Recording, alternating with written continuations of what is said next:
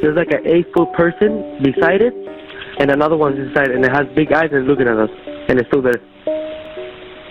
Okay, where is this on your property? In my backyard. I swear to God, this is not a joke. This is actually, we're terrified of it. So there's 2 people or 2 subjects that are in your backyard? Correct, and they're very large. They're like 8 foot, 9 feet, 10 foot. I don't know. They look like aliens to us. Big eyes. They have big eyes, like I can't explain it, and big mouth. They're shiny eyes, and they're not human. They're 100% they're not human.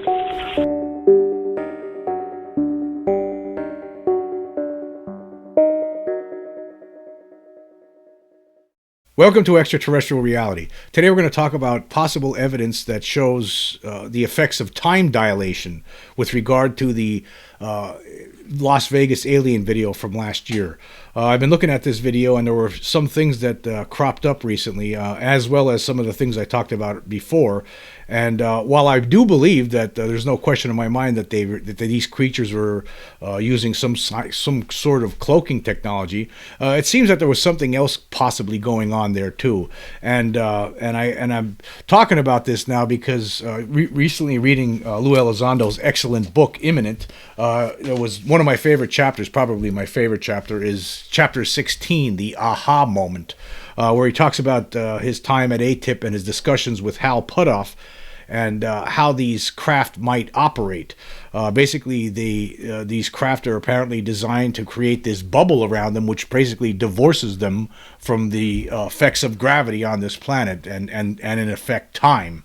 Everything would be different for them because they've basically created some form of technology that warps space-time and allows them to travel around here. That's why they seem like they're going so fast. Really, they're not going as fast as we think they are. As far as we're concerned, yes, they are moving fast, right? So a lot of people talk about these craft moving at incredible speeds, making really hard right-angle turns. Well, what really is, from their point of view, because they're inside that craft, they're protected from the gravitational pull of Earth because they have their own anti-gravity technology that protects them from it. They create a bubble around their craft, in essence, and this protects them from the things that would kill us. So when we see them flying at extreme rates of speed, it's because the things are moving differently for them. According to this book, if they're looking out of the craft at us as they're flying by, we look like we're in slow motion. That's what it would look like to them. That's how we would look like to them. And from our point of view, they look like they're flying at an incredible rates of speed. But the bubble that would be created would extend beyond the metal construct of these craft. It would extend beyond it somewhat. And if you were to come in close proximity to one of these, say a craft was landed in a field somewhere, and you were to come in close proximity, there would be you might experience some kind of time dilation effects. And I do believe that there's no question something came down in the Kenmore's backyard during the late hours of April 30th, 2023, and was still there at midnight and afterward of May 1st, 2023, when they were filming it, and then they ended up calling the police. But when they were filming it, of course, as we talked about numerous times on the show, it looks like these creatures were using some kind of cloaking technology at times. You see them, now you don't. But there might have been some other things going on here too when you really think about it. I brought up, I guess in a recent episode, I talked about there was an image. It looked like basically 2 things at once. Part of the video that was filmed showed basically 2 things at once. It showed this thing here. I looked at this video, this portion of the video, and I couldn't understand what I was looking at right here, and then what I think was going on, what my hypothesis was that actually the camera captured, basically because these things are moving so fast, it captured 2 images at the same time. And then I did a little video there where I'll just play this little piece here where I showed that this looks like UB. It looks like the same. This happens later on after we see UB. and I cut out UB's face, and I placed it over there, over this, and I think this is one and the same, with the same kind of creature, but it looks like it's looking in one direction at the same time as it's looking straight out at the camera. That's my hypothesis here, is that they were moving so fast that's what it looked like. I mean, that's the camera, because the time dilation perhaps that's being caused by the craft that's nearby, or perhaps other craft that are hovering over them at the time, is making this is what it looked like to the Kenmore family if they would have. I don't know if they saw this actually, but this is what it looked like. This is why the camera captured it the way it did. You can see that, to me, right, this looks like it was one and the same with UB. I mean, even UB, who the undeniable backbreaker, who I talk about all the time, the one who proves this once and for all, there's no question about it that there's alien creatures here. I mean, it looks like there's some sort of a warping going on here, as it comes into view. And I think that could possibly, in addition to some kind of cloaking, maybe there's time dilation going on here. For when this thing, there's a glitch here, it seems, and then you could see this creature, and it looks like it's staring right out the camera, and then it turns its head slightly, looking, and there's no question that meets the description of a gray alien. But look at the way it just shows up and then just disappears. Is it because it's moving so fast? When you think about like for instance, the Turkey UFO incident, there was an analysis done by a Chilean investigator, and he was looking at the creatures inside the craft, and to him, he said they were moving really, really quickly, very fast. And so I'm wondering if a lot of what's happening in this Vegas video is similar. Now, they're not in the craft, but the effects of this of the craft, of this space-time warping, it would extend beyond the craft. And if the craft was nearby, which I believe it was, because I think something landed there, and then there was some kind of a cloaking to hide it from the witnesses seeing it, as Angel Kenmore stated before. He said that he saw this thing coming down from the sky, very quickly. He saw lights and different colored lights, and then once it hit the ground, everything was all blurry. So I believe that they were employing some kind of cloaking technology at that point. However, if the craft was still operational but had some sort of a malfunction and couldn't fly out of there, maybe the anti-gravity technology was still working, and that's why we're seeing some of the strange things we see here in this video. Now, toward the very end of the video, there was something I found just the other day, and I'm going to pull it up here on the screen. Yeah, well, this is a faraway shot first. Now, these two creatures appear in the background here, like you see them inside the. It looks like two big, giant alien heads, right? One in front of the other. Okay, inside the front loader. And this is different than this thing right here. This is one of the ones I've been talking about recently. This is the one here, this black thing a little bit. You can't really see it here. This is somewhat cloaked right there too. You can't really, but you could see this thing for pretty much the whole tail end of this video. This black thing, which I was talking about. This is the one that looked like the Allagash 4, one of the Allagash 4 abductors. You see it right there. But that's not what I'm talking about. These two. It's different. Here's a close-up of it, and this is an enhanced picture of it. You can see these look like very large heads, right? Two very large heads. Now, again, this is the other one. This is the Allagash 4 thing the one that looks like the Allagash 4. It's more warped than it looked in this image that I captured from it. But if you look at the other two things here, I'm wondering here, is this one and the same? Now this doesn't show up. This image, you can't see this it's only on one frame. You'll see a little bit of it. It's very warped, and for one frame, this is as clear as it gets. But it looks like it's two heads connected to one. It looks like the same two heads, the same head actually. It looks like it was moving so fast. Right? Was there some time dilation going on here? And to the camera, it was moving so fast that this was the only image it was able to capture at that moment in time.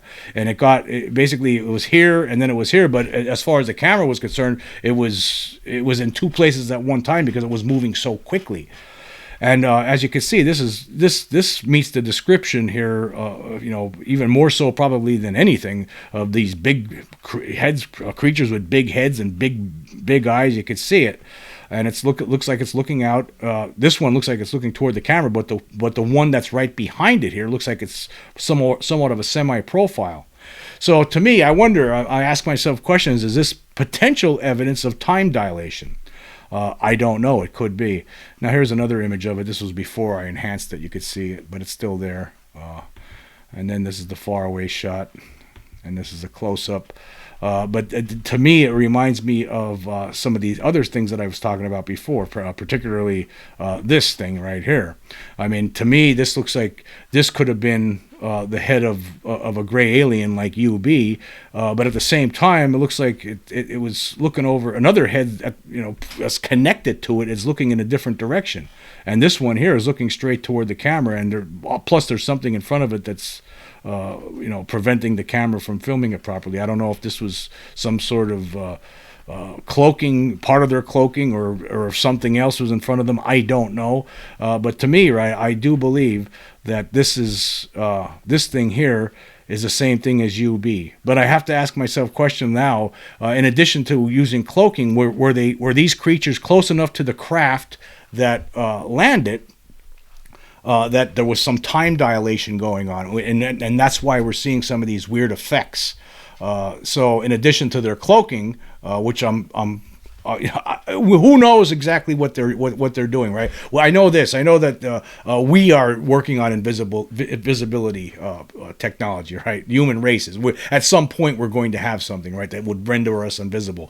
Obviously, these creatures, they're much more advanced than we are. Obviously, they have something like that makes them invisible, makes it hard for the camera to film. But in addition to that, I have to ask myself questions like, was there some time dilation going on because of the proximity of the craft that they came down in that made the hard landing? And perhaps other craft that may have been in the air. As you recall, there was a woman from Arizona who watched that object come down. She saw it come down, and after it came down, she saw 2 UFOs flying around in that same area for about an hour.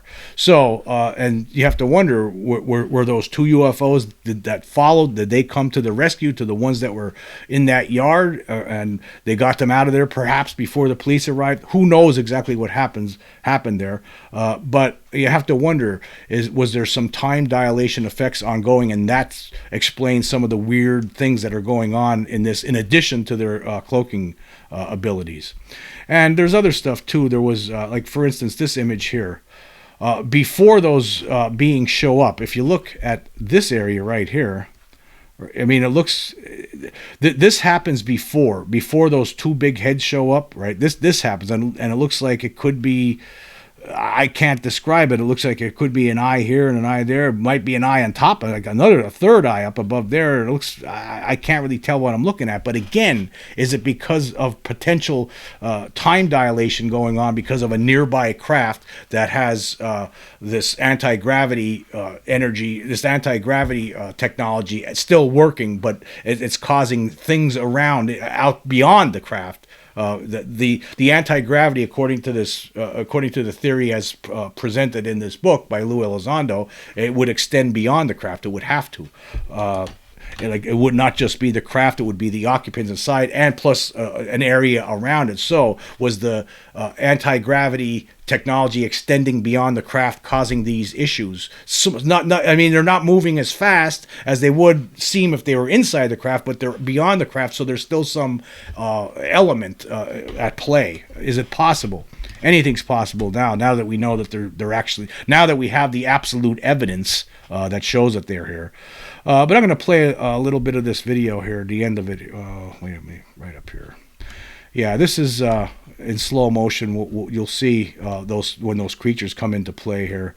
It's in this area here. Of course, this being here I've been talking about a lot lately. See, this is the thing. Some people noticed these things before I did. Right there. Look at that. Let me go back here. Look at this. Look at this weirdness. Look at it. Right there. This right here. Look at that. That looks like it's a face, another face right there. Is that the same thing that we see later that's looking out in this, or looking toward the camera? Right here, it's like a profile looking toward this creature right here. very strange. But then it just, disappears. You can't see it, and then there's all this, it looks like there's this haze or mist, and you can't really see anything. And but then those creatures, right toward the very end of this, you see them, and it looks like there's two heads, two large heads, one one below, and then one behind it and above. And I wonder if not that it's. I'm wondering if that's not two creatures, but just one creature, and it's just moving so fast. And actually, right there, if you look, you could see. Look at that right here. There's a face right there. Looks like I talked about this before. There's an eye there, a potential mouth there. But again, in a couple seconds here, it's going to be in a different position, and you're going to see two heads at the same time. And this is all speculation. I don't know. I'm just putting this out there. Unfortunately, there seems to be no scientific interest in this at the time, and so I guess novices have to keep looking at this to try to make heads or tails of it. But people who are experts at this, they're the ones who should be looking at this more closely. I mean, too bad there's not a lot more Scott Roters out there, people who are willing to put their necks out on the line to look at this kind of stuff and make determinations and verify basically what we're seeing here, because obviously there's something here. Let me go back before. There you go. See, this is where they come into play. Like very quickly. I had the only way to see this really was to put it in slow motion. Otherwise, it was going to be because it's only one frame where it happens, where you see those two faces clear. That's clear. And right there. Look at you see them coming into play right there. Yeah. See. Look at I'm moving it back and forth a little bit there. You see, it doesn't last long. You can obviously see the one turning its head. There's two of them, basically. The two of them looks like they're tearing their heads. But again, is it the same one and it's just moving so fast that to the camera, that's what it looked like? I don't know. I don't know. But it could be evidence of time dilation, especially considering the other image that I showed earlier, actually, this image right here, which when you first look at it, it looks like a mess. But then when you look at the UB video, it starts making a little bit more sense because the thing looks exactly like UB. That's what it looks like. And again, is there some time dilation issue causing this right here with UB? It looks like it's all blurry, and is it moving and so fast? And then for those few seconds here where we see it clearly, it was very still. For it, it was just it lasted a long time. Maybe it was that to this creature it seemed like 4 or 5 minutes, but to us it's only a few seconds. Who knows? We just don't know. And then you have this, and then when you look at UB, that same face, I took that same face and you put it over this, it's a match. But it doesn't make any sense. As you see this face over here, it's like two faces at the same time, as if something was moving extremely fast, and that's the camera picked up. That's how the only way the camera was able to film it. I don't know. Again, this is all speculation and conjecture and all that kind of stuff. But I just thought it was interesting, and just so people know, I am. I've been in contact with two different people with two different. They have different kinds of evidence that they've presented to me. One of them is Robert Morrison. He's a YouTube. He subscribed to my channel just recently, and he was making some videos, and he has what he thinks he found looks like a crash saucer on the ground. Now I'm pulling it up on the screen right now. I have not verified this yet. Okay, I have not verified this yet. Now this was somewhere near the end of the video. He was able to capture this image, which looks like a saucer tilted on its side in the back. It's very hard to see, but is it? I don't know yet. I have not been able to reproduce that what he's done here. I haven't been able to. I haven't accomplished that yet, but I am working on it. And I've also received some other a gigantic amount of information from somebody else who only wants to be known as Molly, and that looks like there could the stuff that I'm looking at there at this moment. The stuff presented shows potentially a craft hovering over the property that could be seen. But you have to. The only way to see it is by screwing around with all of the color and the contrast and all. There's a lot of different things you got to do with to try to get it in order to see it, and I'm still working on that too. We're trying to figure out if I could I want to try to reproduce that, but it looks pretty good at this point. But again, and it actually jives with the reporting, as you remember, like I talked about before. There was 2 UFOs seen hovering over that area, and the stuff that was sent to me by Molly shows potentially 2 UFOs or perhaps just one big craft. I'm not sure yet. I have been completely unable to reproduce that yet, so I'm still working on that.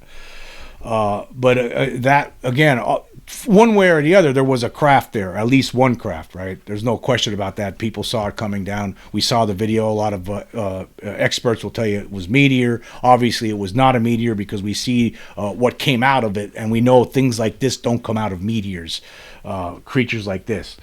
But yeah, I'm still working on it. There's still more to come, but I think that there is evidence in this video alone that jives with what Lue Elizondo is talking about in his book Imminent with regard to warping, being able to warp space-time and creating an anti-gravity bubble. This could be evidence to that effect. Could be. I'm not saying it is. I'm just saying it could be. And I guess maybe when some more scientists, video experts, and physicists start taking this seriously, as they should have months ago, maybe we'll get more answers. But again, until that time comes, I guess it's up to us novices to keep looking at this until we finally get somebody's attention. Anyway, moving on, I want to talk about some of the comments I've received recently from people. This was from my most recent episode, Scientific American Platform's Fanatical UFO Debunker Who Likens Disclosure Advocates to Neo-Nazis. Of course, we're talking about the debunker Louis Cayetano, who has on his website, basically he says that he's throwing out conspiracy theories about people who are the UFO community. There are people in the UFO community who are neo-Nazis, and basically making everyone in the UFO community look bad, that we're a bunch of jerks, child molesters, things like that. And it was just awful. And so that's what that episode was about. But anyway, here was a comment from somebody named Me. It's not me, but somebody else named Me on Spotify. And this person says, people in the media love to throw the word Nazi out any chance they get. I truly believe these people have lived such cushy lives their minds can't fathom the true murderous evil it takes to be a Nazi. How true.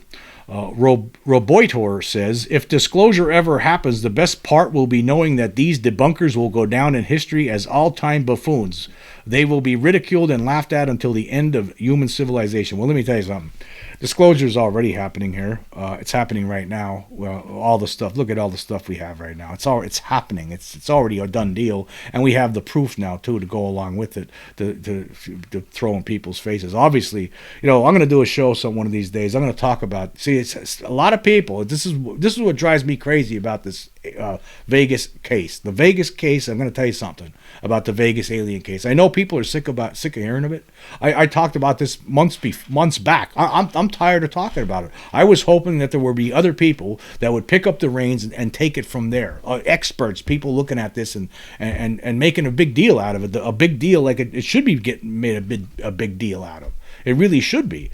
But it's just not as much as it is. I mean, it's unfortunate that that's the case because this is the best case we've ever had. It blows everything else out of the water. Everything. The Virginia case, for instance, from the 90s, it blows it out of the water. This has proof. This has witnesses, and we have the creatures on video. We actually have the craft coming down on various videos. It blows everything out of the water. Just so everyone knows, it blows everything out of the water. It blows even the Ariel School incident out of the water. The Ariel School, as far as I was concerned, that proves that there was something really happened, that there's creatures here, because you couldn't have all 60 plus kids making a story up like that, right? But the Vegas case blows that out of the water because it comes with receipts. It has the receipts. It has proof that shows that there were things in the backyard, right? There's so much to the Vegas case compared to everything else. Betty and Barney Hill, blown out of the water. Everything. The the closest one that comes to this, as far as I'm concerned, is the Turkey UFO video. But even that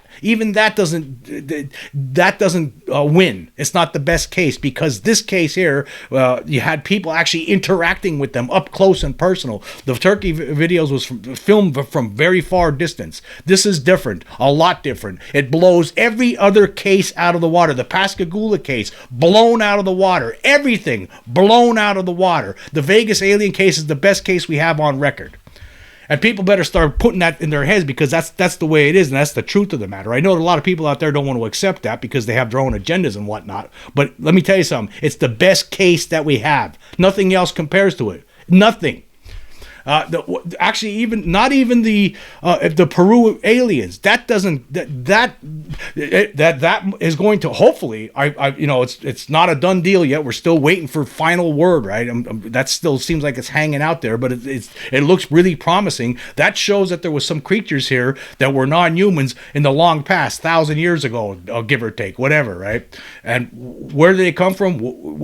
Or do we have any recovered craft or anything? We don't know where they came from. We don't know what they are. We don't know what was going on with them. We don't know the story behind them. We probably never will. We're not going to know. We're just not going to know.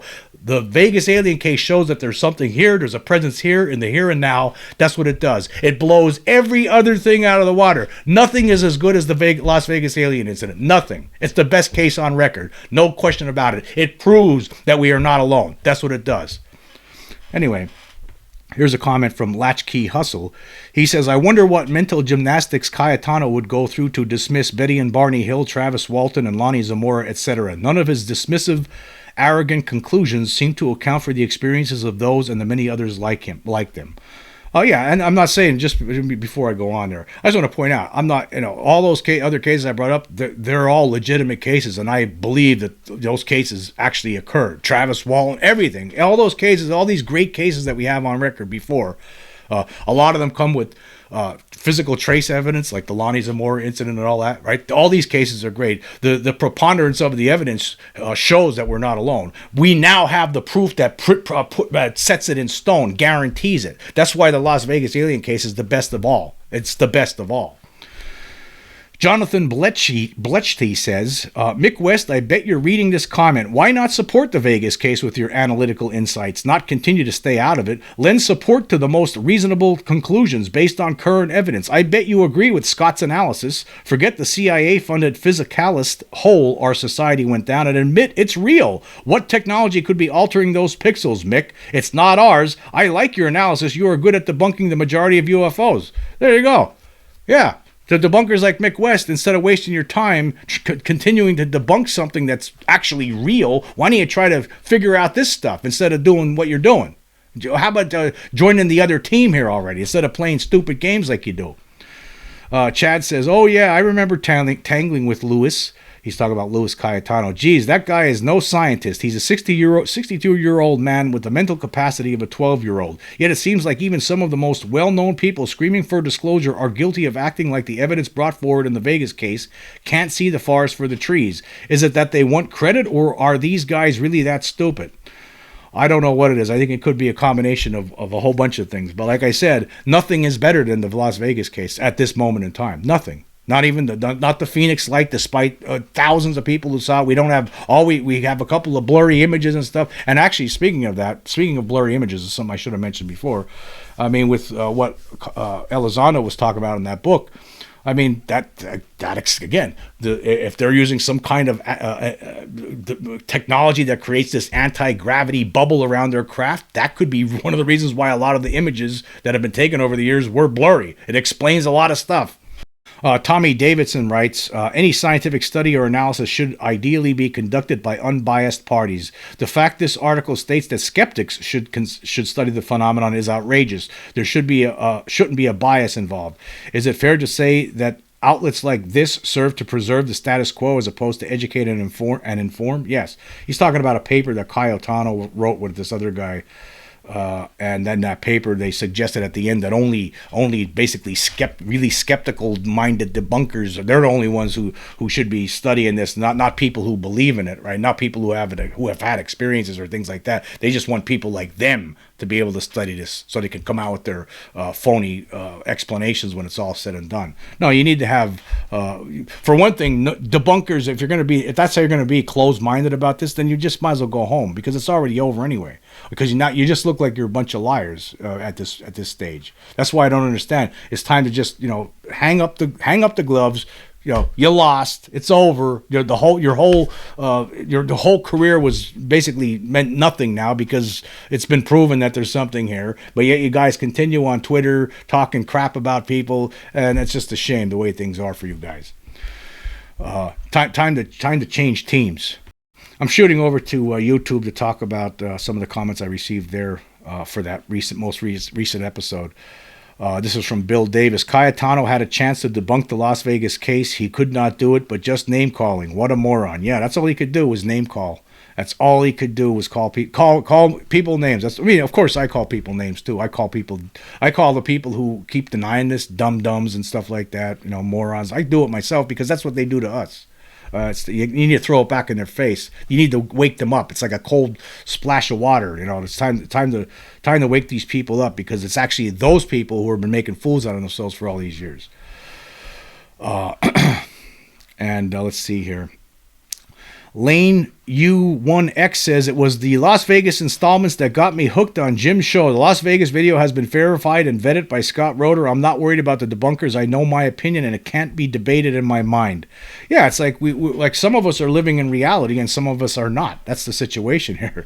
Some of us are living in reality and some of us are not. Some of us don't want to accept the evidence that has been bestowed upon us, and I don't know why. I don't understand why. Do they want to keep it? Are they playing? You have to ask yourself questions like, are these people playing along with the government's slow disclosure process deliberately? Is that what's going on? I don't know. Could be. Is it because they weren't the ones who made this discovery, and they made fools out of themselves early on, some of them, by stating it was just shadows and nonsense or whatnot? Is that what it is? And now who knows what the reason is? I don't know. Or maybe some of them are little plants in the UFO community. When something like this happens, they're there to make sure, oh, no, don't worry about it. It's nothing there.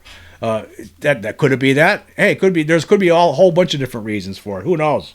They don't want to talk about it. They want to pretend it doesn't exist. When all of us, everybody should be talking about it. And there should be scientists right now, not just novices out there that are studying this. That's what should be going on, trying to figure out what we're seeing in that video. I know that there's alien creatures there, but what exactly is going on? Let's hear from some of the big brains out there, like Gary Nolan. Where are you at? Where's all these other people at? They should be talking about this. Well, what's happening in that Vegas video? It wasn't a hoax. Obviously, it's not a hoax. We keep finding new things in there all the time. It's been it's been at least a year and a half now since it occurred, and a lot of people still aren't on board. Instead, they're hypothesizing about other things, other cases, when we have the proof right in front of our faces. What are you waiting for? Black Hat says, I know West is on the take. Mick West he's talking about. He never comes back when he is wrong and admit that this particular case I was wrong ever. Not a gentleman. And he says, Jim, I heard you admit on occasions that you had been wrong on the wrong side. I've been wrong. Yes, I do admit when I'm wrong. That's one of the things you find that with the bunkers a lot. They'll never admit. They'll never bend a little bit. Not even a little bit. Catskin's Cat says, Matt Ford of the Good Trouble Show summed up Scientific American. He said it wasn't very scientific or very American. Yeah, that was a good summation, I have to say. That was after it was published an interview with Kirkpatrick. I think this publication is definitely owned by the control group. Quite frankly, I think they are sounding a little desperate. Yeah, you have to wonder like a place like Scientific American. I mean, where's Scientific American at? Where are the scientists that write for Scientific American? We have proof that we've been putting out there, and you're not taking it seriously for some reason. I mean, what's it going to take? What is it going to take? We already have the proof, right? The proof should actually, when you have the proof, right, you take that proof. I sent a letter to the government. I did what I could. Where's everybody else at? Why isn't anybody else trying to do something here? That's what I don't understand. I don't get it. I just don't get it. Let's see here. The Great Malefic says, they have no arguments, the debunkers, so they resort to personal attacks. Pathetic debunkers, your time is up. And let's see here.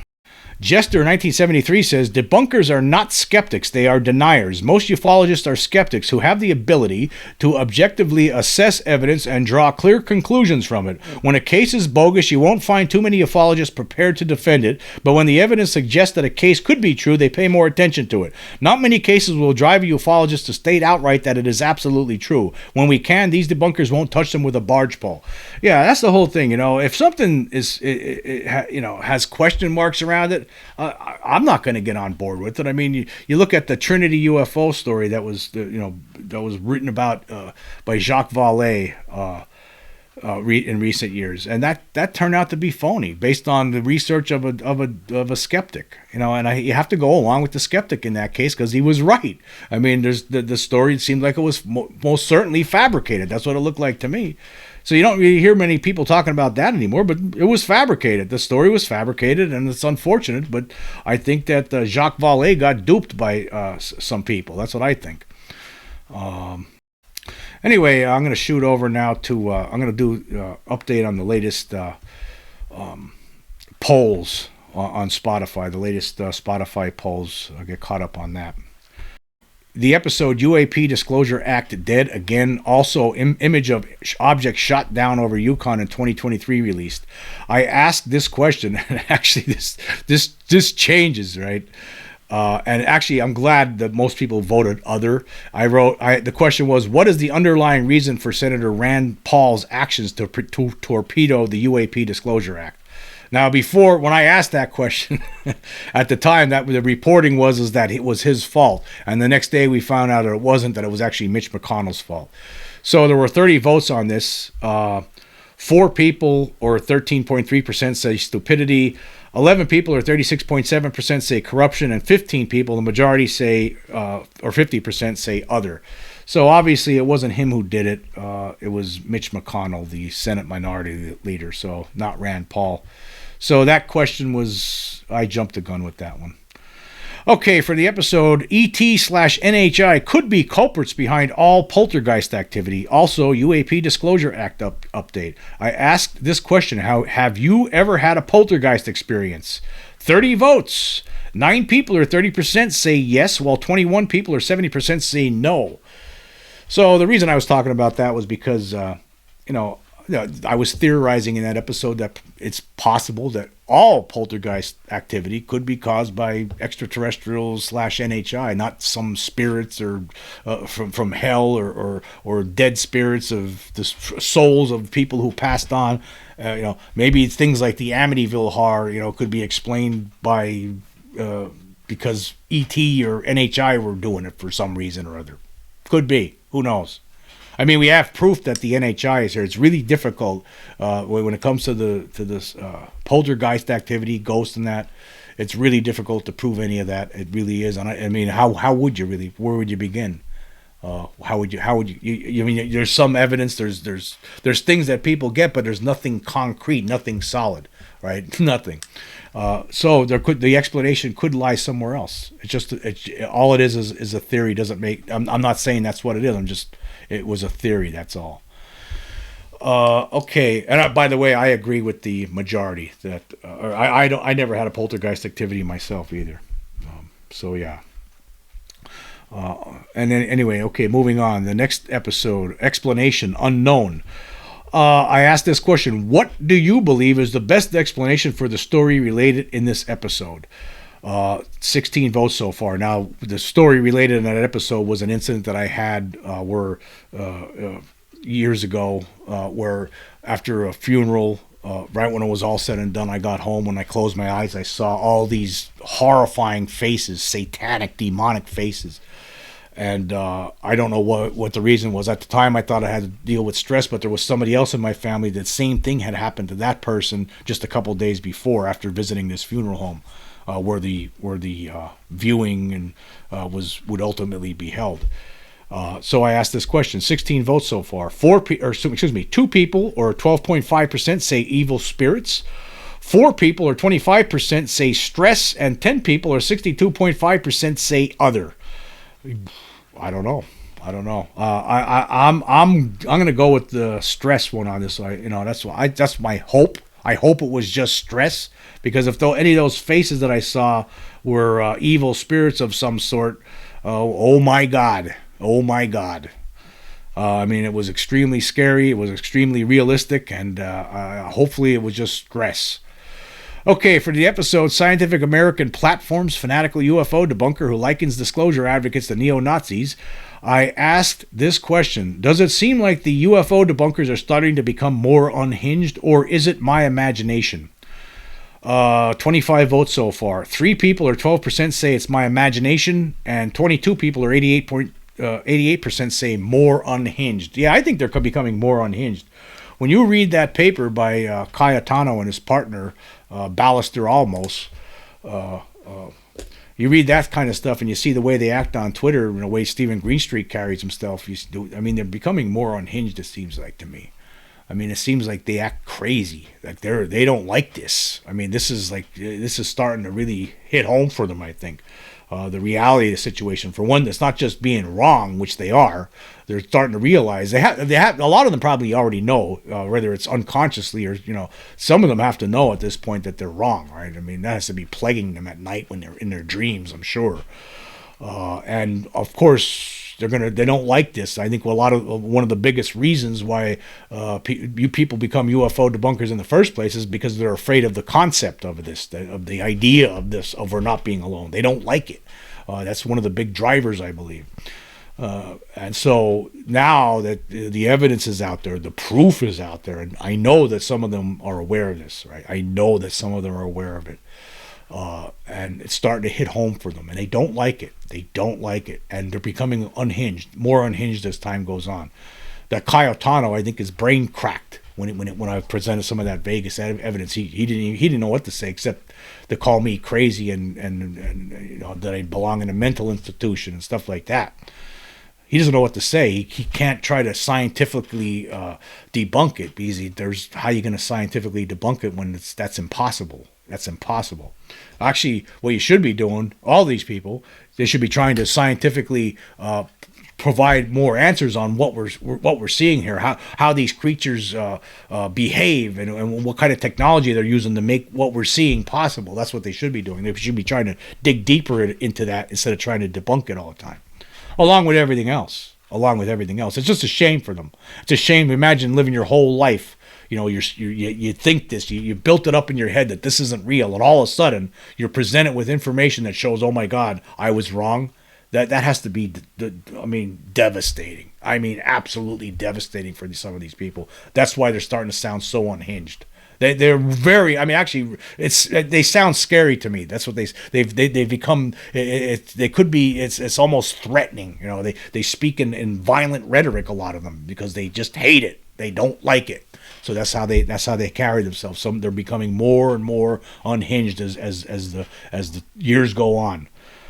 Everything that's been going on the past few years since 2017, and now where we are now, we're government's trying to pass legislation and all that kind of stuff. It's just too much for them. And then when they see the proof and it's shown in their face, they can't even look at it. And they know there must be something there. Some of them I know have looked at it. Right. Some of them have looked at this, and they probably took that video themselves. They probably wanted to try to debunk it, and when they looked at it, they realized, oh my God, it's real, and I'm not going to be able to debunk it. That's what I think probably happened with Mick West. But he doesn't want to admit it. Actually, he should admit it, and he should, like it was suggested by one of the other people who commented. He should admit it, and he should actually start looking at it and with a scientific eye and trying to figure out what we're seeing here. That's what he should be doing. He should be using his brains for some other reason rather than trying to debunk this stuff all the time. All these people should be. And as for the people in the UFO community that want to pretend that we don't have this proof at our fingertips now, well, I don't know what to say to you guys either, other than it's just too bad. It's just too bad. Anyway, I want to say thank you all for joining me. Until next time.